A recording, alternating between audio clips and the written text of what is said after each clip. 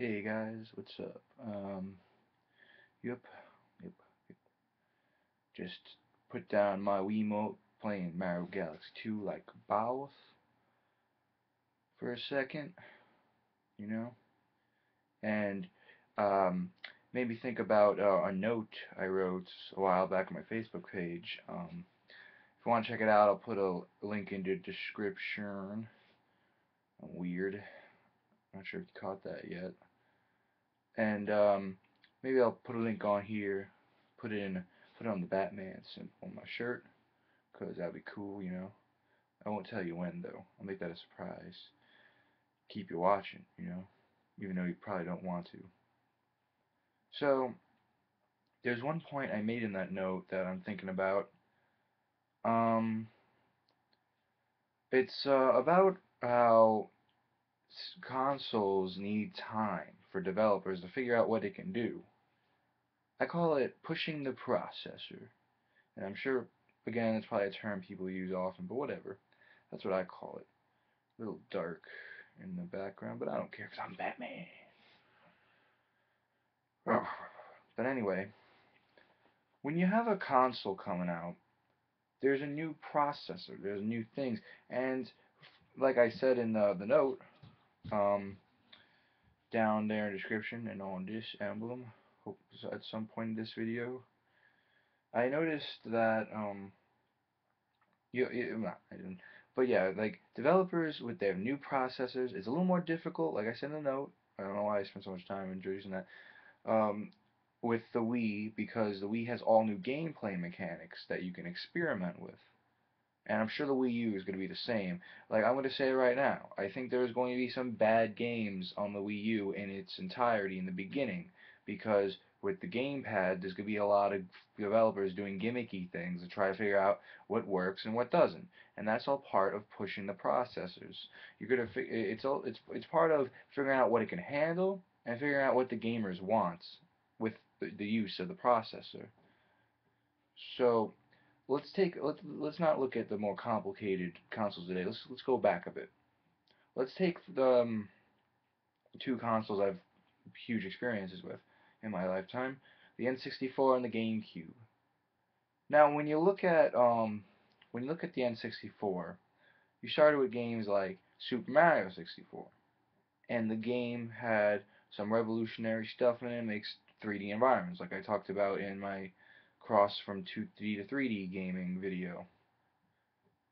And when you end up with a game like Paper Mario at the near end of the N64, you see how like that game looks good. Like I never noticed this when I was a kid because I bought games. I like buying games progressively to add to my library. I mean, who doesn't?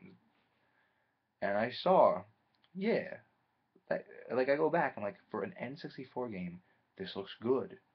It looks almost like a GameCube game, and that goes on to the GameCube. When I first got Luigi's Mansion, I remember playing it for the first time, and I didn't think much of the graphics. I thought it looked better, and I thought it was kind of weird how the coins were on the floor like normal. But it was really cool to see the more rounded shapes. The reflection effect was really cool, and it made me realize later on, as I look back on it, especially during this show, I've been starting to think about things from the past and the future and now, all that stuff. And I seen like, wow, that game is, and if I was much older, I would say, wow, this is a huge leap. The gameplay is more precise. There's more possibilities because of the graphical enhancements, and the physics engine was out of this world. And like the coins following the laws of gravity to show how good it was. And that's pretty much how it was. And you look at a game like Pikmin 2 by close to the end of the not close to the end like in the long run of the GameCube, that game looks so good. Like it looks like a Wii game. It really does. And like wow, that game looks amazing.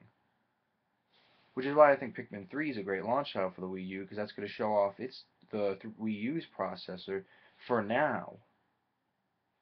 Like that's amazing because Pikmin 3 keeps up with the Nintendo's look into an imaginary place, like a place of imagination where you can interact and just immerse yourself in the colors and great atmosphere, the lovable characters like Olimar, and the combination of that and the real world stuff because I don't think it's confirmed, but there's been a lot of things I've been hearing about Pikmin's planet being a post-apocalyptic Earth, which is pretty cool.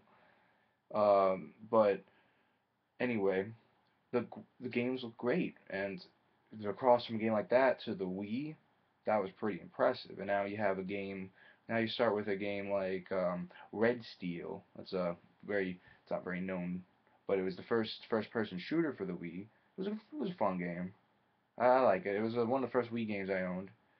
And you go from a game like that, which is pretty good, to a game like Brawl or Skyward Sword. It's just no comparison. It looks great, you know. And that's pushing the processor. You gotta developers explore and they push and they see what they can get away with, and it's how games progress and it gives new ideas. Like if they tried to do something and it didn't work, they would say that's going in the next console. Or nowadays with hardware advancements like that a lot of companies are doing, if you have a new gameplay idea, by all means, you know. It makes its own identity. I'll explain more about this kind of stuff in my graphics episode coming up Friday or Saturday. I do either day depending on my schedule. It's usually Friday though. Self promotion. Now that that's a gross self promotion's over.